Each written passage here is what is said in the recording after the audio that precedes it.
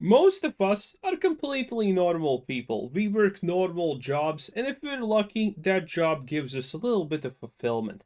But that is not all to life, obviously. There's the opportunity to become a millionaire, a multi-millionaire, or another kind of rich. Maybe even mega rich. And today we're going to be looking into, well, a couple of levels of wealth, and we're going to be looking in a little bit deeper what you could expect if you suddenly got wealthy.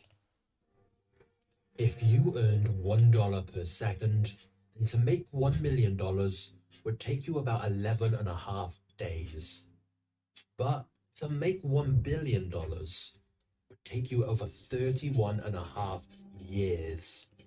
That's a pretty neat way of visualizing what's the difference really in sums between a billion and a million. You see, it's easy to think of wealth in terms of rich or poor.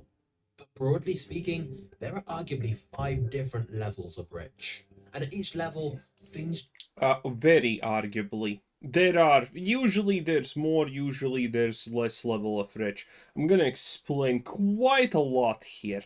change very drastically.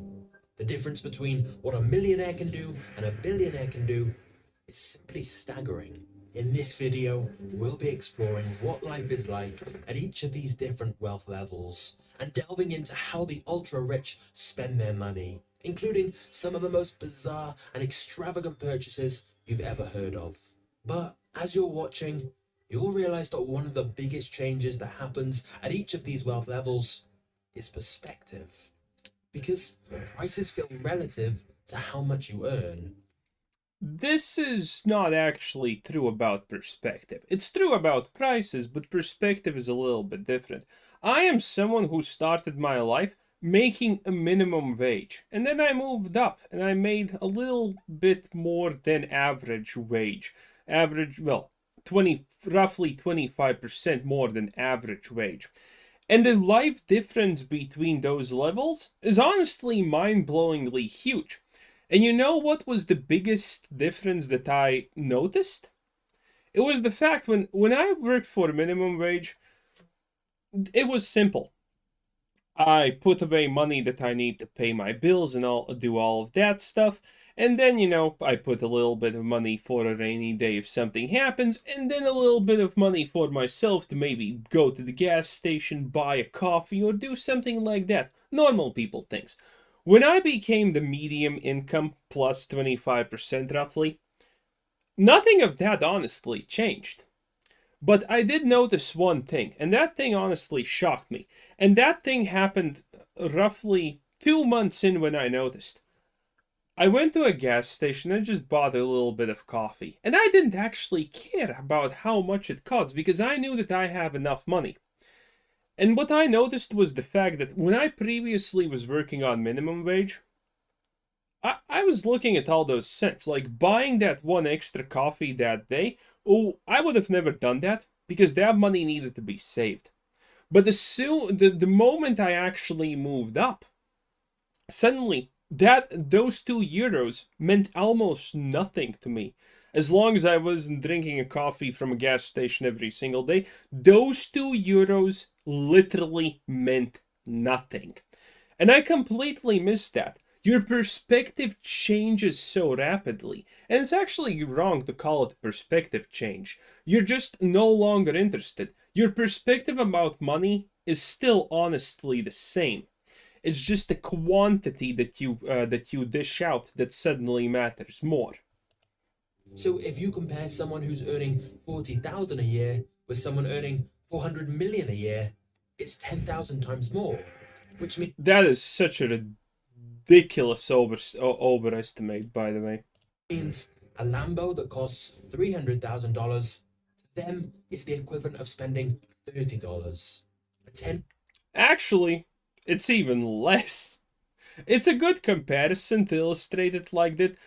But in reality, it's less because if you are making millions a month, yeah, it's you can afford these things. But after a year after making those millions, now you need to save up money for things that need saving up money as a millionaire.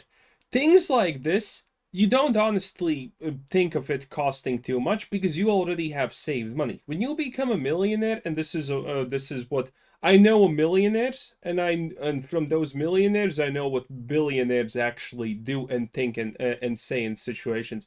So when you become a millionaire, you start saving up money because the reality is not a lot of people can actually spend those millions instantaneously.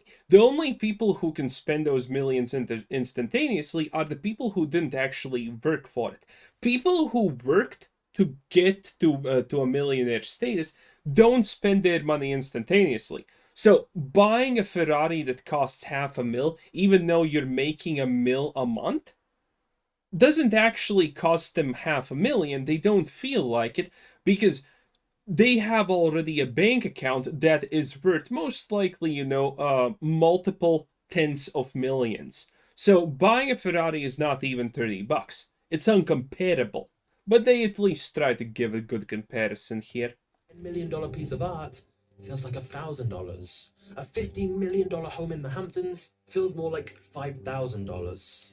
And if you think about it, okay, $50 million home, how often do you buy it? You buy it, well, once a year maybe. But if you're making 400 mil a year, then no, that's not 5,000. There's no comparison to this. That money doesn't that house doesn't even cost anything essentially because that's not actually how you look. You don't look, oh wow, that's expensive. No, that money literally doesn't even cost anything because you have enough.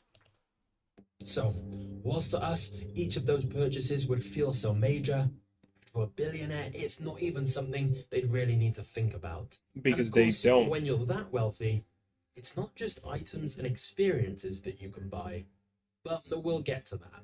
Let's instead start off with the first level of rich, the top 1%.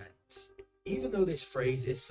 Do you want to hear something funny? The top 1%, the people who are just millionaires, are pretty much almost poor people nowadays. It's actually ridiculous. You can have a million in your bank account, but you are essentially poor.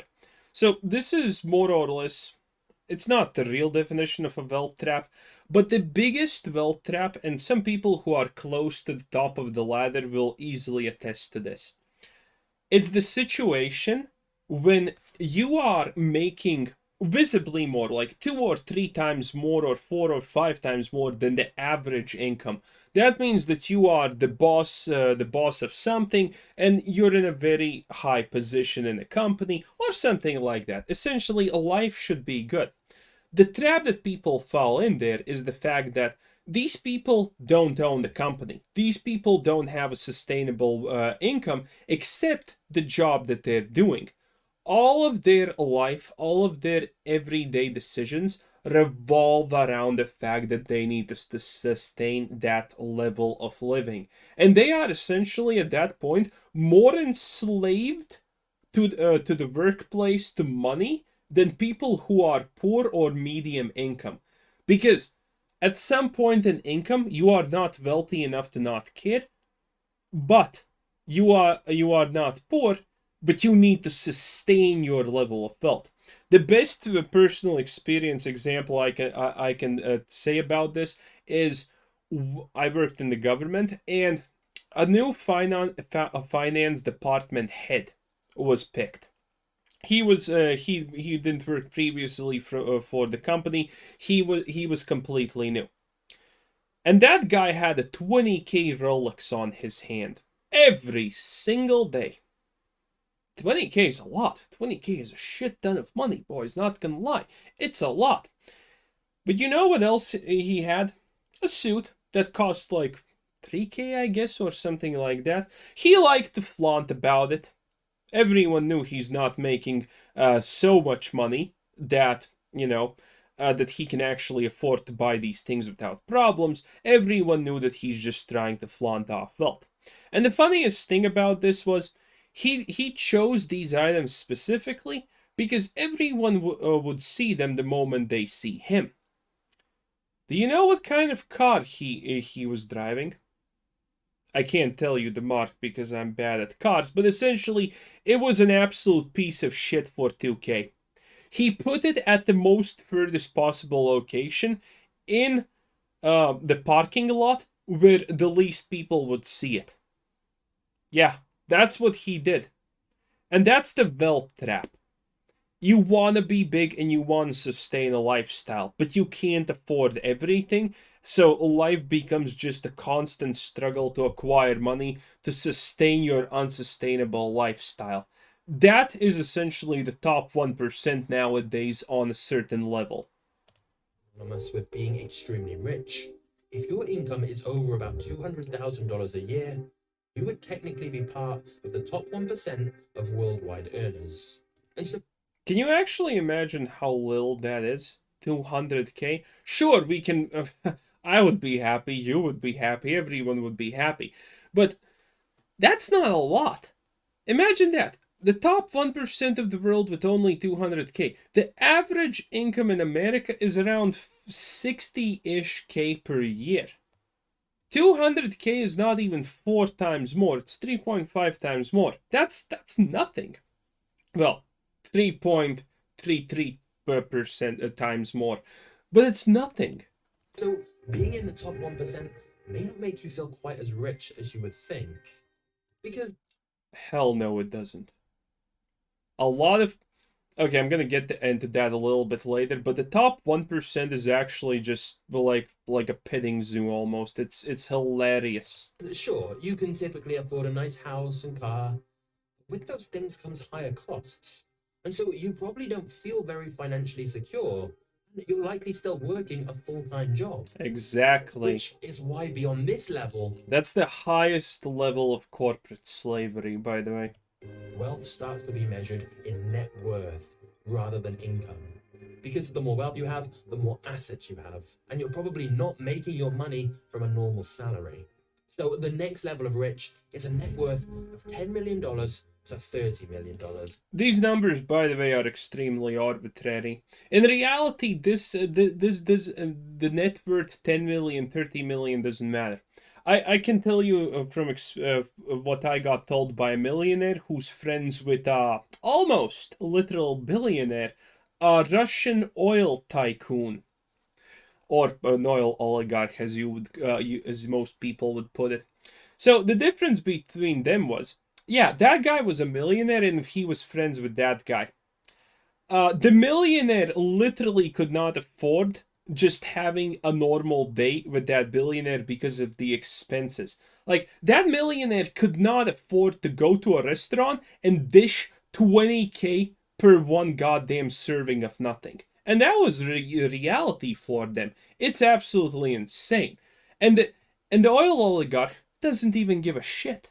He did not give a single flying fuck about the expenses. But the millionaire felt it, and he said, bruh, I can't afford this. I don't want to spend all my money on just the restaurant.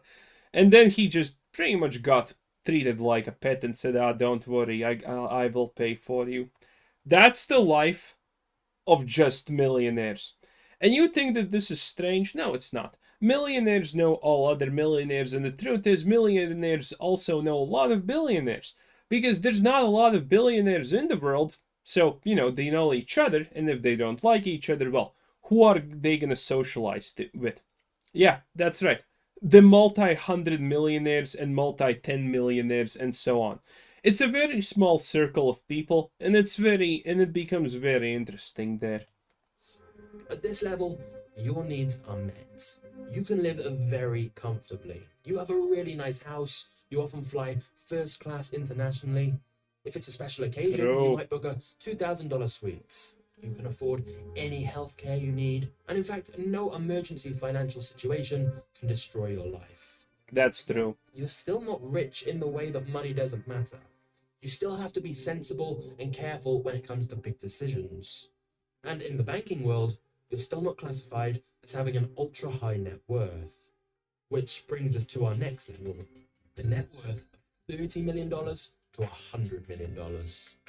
At this point, you start playing in the big leagues. And most likely, you run or have a controlling interest in a very large company. You always stay at 5-star hotels, and you have multiple residences all around the world that you can stay in as well. Correction. The tier before already had multiple luxury residences in places in other countries and whatnot. This tier is honestly just upscaled and way better. And here you run into the interesting thing that you can actually buy human services. It's not the correct term to use, human services. Oh, but you can essentially buy uh, known humans to do very well. Essentially, you just can buy celebrities at that point. It's pretty interesting what you can do because the fun fact when it comes to the ultra rich, and that's literally people who actually have, yes, a net worth in the hundreds of millions.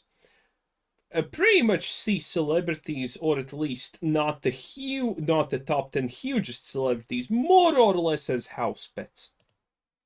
You take holidays during prime time, for example, going to Monaco for the Grand Prix or Cannes for the film festival. And you won't bat an eyelid when the place you're staying at costs $10,000 to $20,000 per night. You have personal assistants and are starting to have people that others have to talk to get to you. You can buy pretty much anything that normal people think of as stuff rich people buy. Like you can buy any cars you want, the fanciest jewelry, and so on. Instead of flying first class, you'd fly privates. Although, having said that, you typically charter a flight or own a private jet fractionally through a service like NetJets. No, no, no, no, no, no, no. An actual millionaire in the hundreds of millions has actually no idea, does he own the jet or is he chartering it, or in reality he doesn't even give a shit. He most likely would know only if he wanted to be a pilot himself. This is a popular thing with mega yachts, as funny as that may sound. Those people know do they own the mega yacht because that's something they use time to time, because that's something they can almost drive themselves time to time if they want. So no, the average hundred mil bank account does not know do they own a jet or do they charter a jet. They simply do not give a shit because someone else just gets all the crap that they want for themselves. There are, it's pretty hard to find them, but there are legitimately people who work for multimillionaires as people who just buy exclusive, rare, and interesting stuff for them. And those people make a handsome salary. And fun fact, do you know one of the hidden, most secretly amazing jobs that a normal person can have? Take 10 seconds to guess. It involves working for the mega rich. Well, actually, almost any job involving working for the mega rich is pretty good.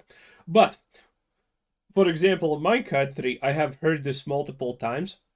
Maids who work for celebrities and multimillionaires. They get so much free shit. They get paid so good. There was one girl who worked as a maid for a celebrity, and that celebrity had a lot of money. And since that celebrity doesn't have a lot of normal people to talk about, she would actually talk with the maid, and they would have, it's a work relationship, but they're friendly.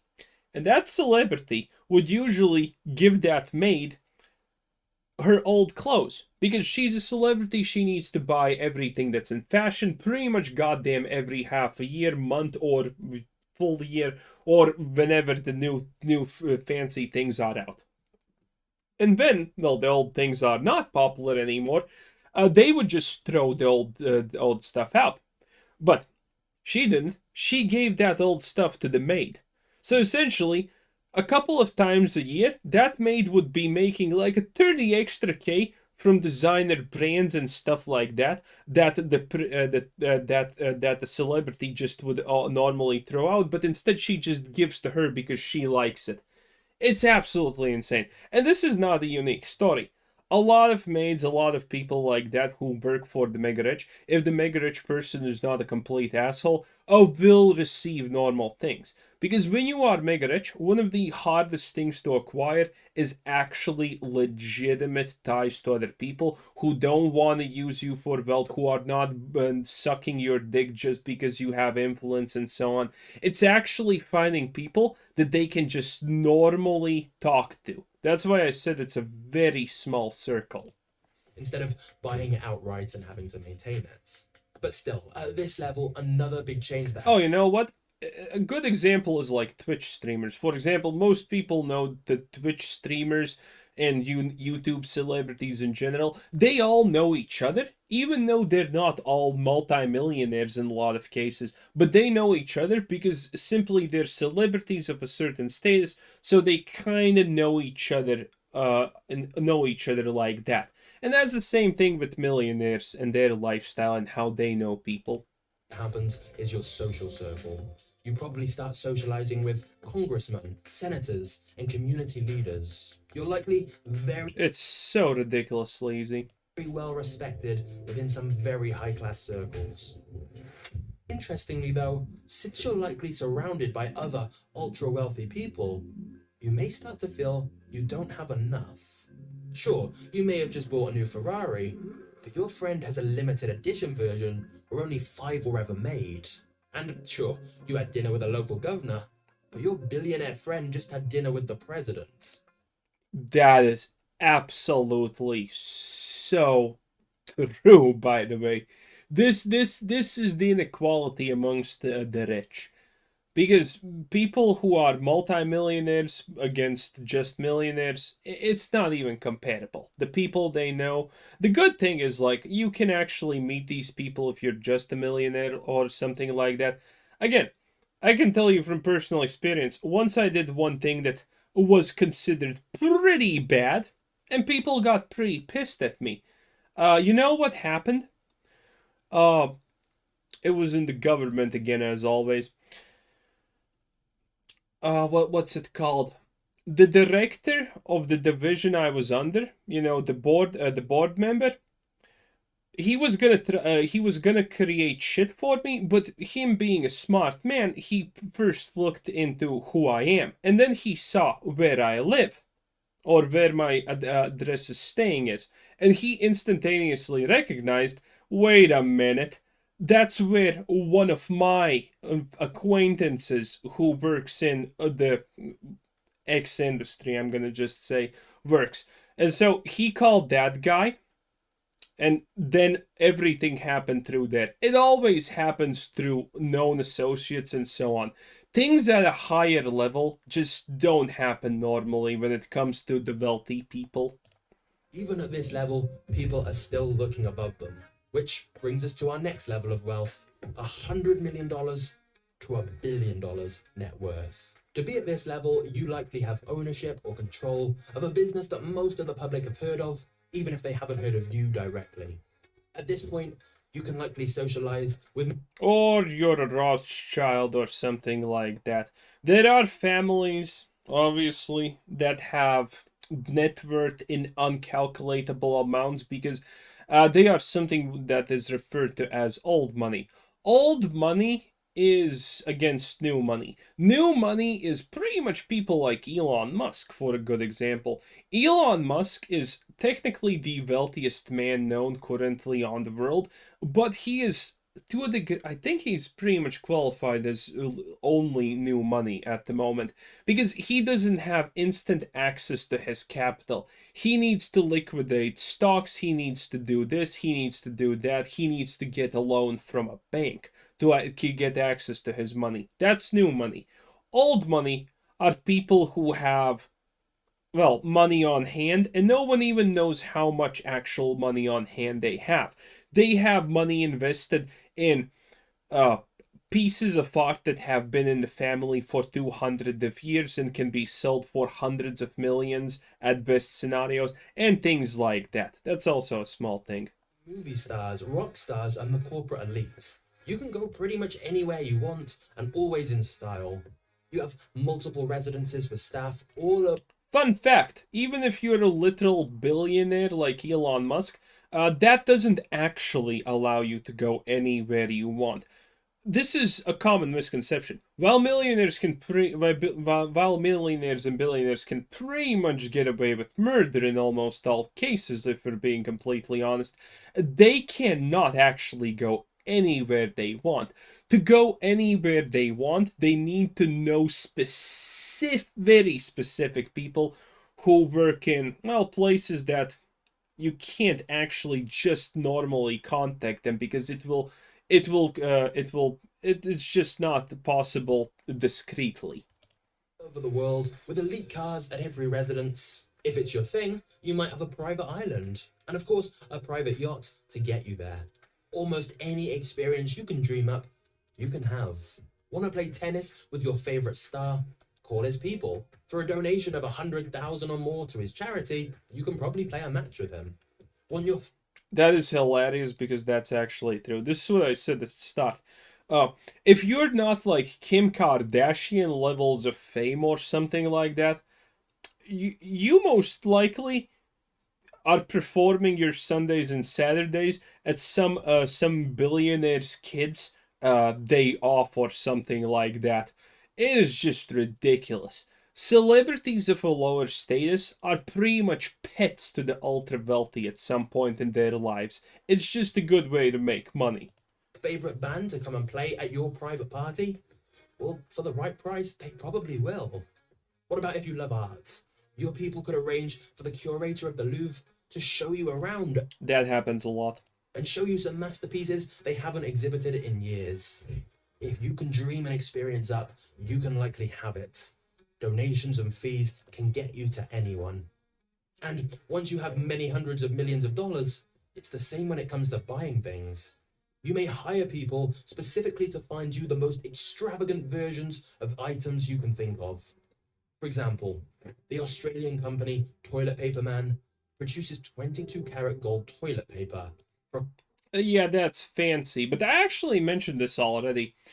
No, I'm not talking about people who buy you golden toilet paper. I'm talking about people who legitimately find the rare stuff. Like, I mean, mega rare. Tribal, ancient quality rare stuff. You know, things that you never even knew that existed. Like, golden toilet paper doesn't even actually scratch the surface of things that could be potentially found by those people. a cost of over 1.3 million. And if you are going to quite literally flush money down the toilet, why not get a gold toilet or an entire gold bathroom? There are capsules that the rich can buy and eat before eating, and then when they take a shit, it has small golden sprinkles in it, and I'm Go not with it. kidding. In fact, if you're ultra wealthy, you can literally have gold everything. How about a 24 karat gold water bottle, which in itself is a piece of designer art and comes with spring water from France and Fiji, combined with glacier water from Iceland? Or alternatively, how about the world's most expensive iPhone that has 24 karat gold casing and more than 600 white and black diamonds? This is just the stuff, like a millionaire's kid would want, because it seems fucking fancy. It's hard to actually even think of examples of the crazy things that some mega wealthy people want to find, and they're findable. This is just like showing off. It's nothing else. This is not actually impressive to a degree. Plus sapphire glass for the screen. This obviously isn't available to the general public. To buy one, you're going to need over $15 million. But this is the key. At this level, it's not just about buying the fanciest, most luxurious items, it's about getting the rarest and most exclusive things you possibly can.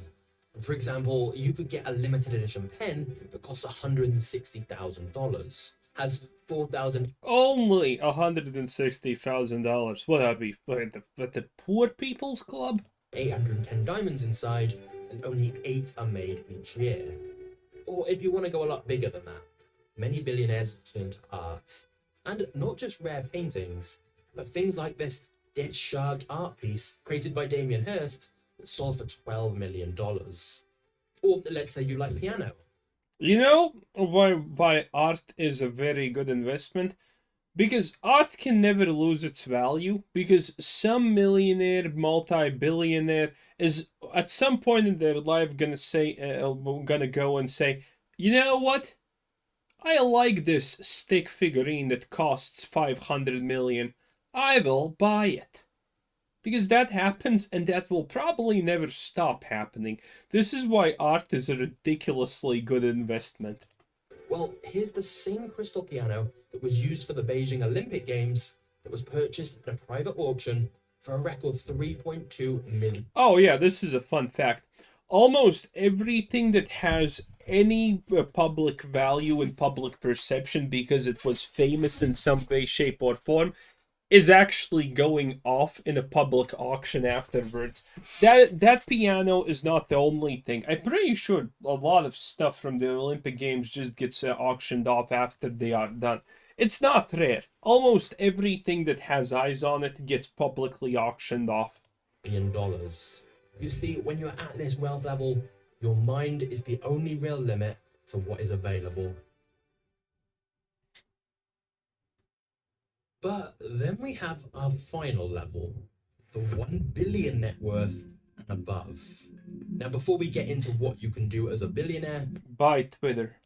which honestly is pretty insane, it's worth noting that the number of billionaires on Forbes' annual rich list has Jeff Bezos, Elon Musk, Bernard Arnault, Arnault and family, France, Bill Gates, Mark Zuckerberg, Warren Buffett, Larry Ellison. It's great stuff. It's great stuff. But there are people who probably actually would be here that you have never heard of, and I have never heard of. The smartest people are the ones who never show that they actually have so much wealth. significantly increased in recent years, and there's now around 2,755 known billionaires. Of course, That's actually a lot of people if you think about it.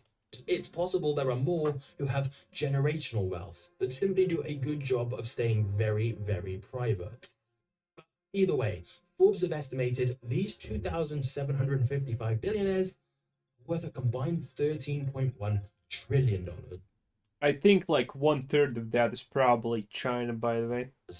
And therefore have more wealth between them than the poorest 5 billion people on Earth combined. These statistics are overwhelming. But let's actually visualize it to put things in perspective. This rice example really highlights that even within this billionaire category, the difference between 1 billion and the kind of wealth Jeff Bezos or Elon Musk have is insanely vast. I'm also a big fan of James Janney's YouTube channel, and he did a great job of visualizing the difference between these large sums of money in a different way.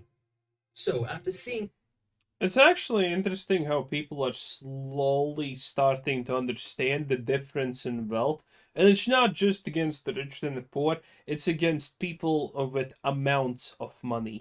these examples, we've now got a better idea of the scale of $1 billion. So now let's look at what you can actually do with it. Because essentially, you can buy anything. Like And I Twitter. do mean anything. We're no longer talking about luxurious items and experiences. Firstly, you can buy access. You can ask your staff to contact almost anyone on the planet and get a call back. That was already possible in the multi-millionaire status, by the way. This is why I said that the tier level doesn't kind of make sense, because you can't actually cut them off. There's probably even millionaires who can do the same thing. Honestly, the fact that I actually have experience, and I'm not even close to a millionaire, I'm just lucky enough to know some people who are close to being millionaires, and who are millionaires, and people who own companies. That's just it, and I've worked in the government. And that's just it. It's insane. It's amazing the level of access and respect a billion can get you. Where within an hour, you could ask your people to get in touch with someone, and they'd be able to do it. And I'm not just I like the fact that he says ask. You don't ask. You just tell them, I want to know this guy. talking about contacting celebrities. It works the same with powerful people within politics as well, especially because the billionaire may well be a donor to their political party. He most likely certainly is. The ridiculous statistics of return on lobbying is something like for every $1 lobbied in the USA, you get anywhere from $500 to $1,000 technically in return, which is a ridiculously good investment, one might say. And so, if you're a billionaire, you may occasionally meet with the heads of states and have conversations with them. Which brings us to the second thing $1 billion can buy: influence. As a billionaire, you have. And this is where the video kind of goes off the rails, because everyone who has been in just a high position knows that influence is the first thing you try to get, because the influence part is the thing that's going to get you more on top if you have nothing else going for you.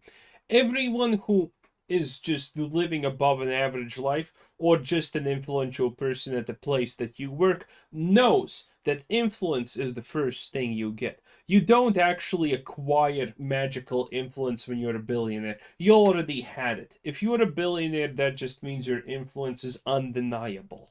Many ways to shape public policy and the public debates. And this isn't always done in some kind of evil way, like lobbying for lower taxes for rich people. Although, obviously, that does happen. But the simple fact is, because of your wealth and connections, you can absolutely influence big changes in the world. And not just on a political level. Because another thing you can buy is impact through philanthropy and charity. Your money can literally influence literally translates into impact because your influence impacts the things that you want to happen. Change countless lives. The question is, how do you distribute it? Clean water for villages? Fuck New no. hospitals? Try No. to save a dying species of animal? Fun if it eats people. With money, you can impact almost anything of your choice. Yeah, green energy and destroy countries. But one of the biggest differences with billionaires that is often overlooked is the ability to essentially buy time. You quite literally don't have to wait for anything. No lines, no sitting around. Just think about it. You've got your own private jet. And that's what kills these people. There is this concept called generational wealth, and most generational wealth is absolutely just lost in 2 or 3 generations. Usually it doesn't even last to the third generation. You know why? Because the person who is born into being a millionaire or billionaire has absolutely no clue how he got there. They just got lucky, essentially. They have no real experience, they have no real right to this money than just being born in the family, which means they are never gonna have any problems in their life. And when you don't have any struggles in your life, that's how you end up someone as, the H. Buden son and Nancy Pelosi's kid. They're all drug addicts. They're all completely ruined because they grew up in families that had money, so much money that they absolutely never faced any adversity of any kind. Anything they wanted was given to them. And this is why generational wealth matters. I would love to see the world in 200 years because chances are not a single person who's currently a millionaire or a billionaire will sustain it. Only the smallest fraction of that will sustain it. Just show up at the airport whenever you want, sit down in the plane, and 2 minutes later you're in the sky and can go wherever you wish. When you arrive, a driver will have already been arranged to pick you up and take you wherever you want to go. Your assistant will have already got the best table at the restaurant you mentioned wanting to eat at, or maybe your assistant arranged for a celebrity chef to come to one of your vacation homes instead, at whatever time you choose. Everything you could need is taken care of for you. Gordon Ramsay's a bitch, by the way. However, believe it or not, there are some downsides to being this ultra wealthy. Firstly, it's nearly impossible to have normal emotional relationships at this level. It can become increasingly difficult to have friends and family that love you for who you are. They exist, but it's pretty hard to know which ones they are. Because your world is likely filled with yes men and people looking to take advantage at every opportunity. Your trust and connections with people are undoubtedly considerably weakened. Dating also becomes an odd experience. On the one hand, some of the world's most beautiful and intelligent women are all around you at parties and events. But again, finding someone you have a genuine emotional connection with is a different story. Especially because your time is so valuable that you're always busy and unable to invest in making deep connections with new people. And even if you do find someone, the relationship balance is skewed in a strange way when you have essentially unlimited money. Because no matter whether you pay for everything or whether your partner makes their own money, either way, something about the dynamic feels off. And finally, and most crucially of all, no level of money can give you truly everything. Yeah, but it's a little bit better to probably cry on a pile of money than not a pile of money. You know, it is what it is. It's a trade-off of everything. And that's where the video pretty much ends. Nothing too much to see here. I think it's a bunch of bullshit after that. Well, it cannot be anything else but that at this point. Anyway, that's a pretty interesting thing. That's wealth and how wealth works to a degree. It's a very interesting discussion. It's a very fun discussion. And with that being said, subscribe.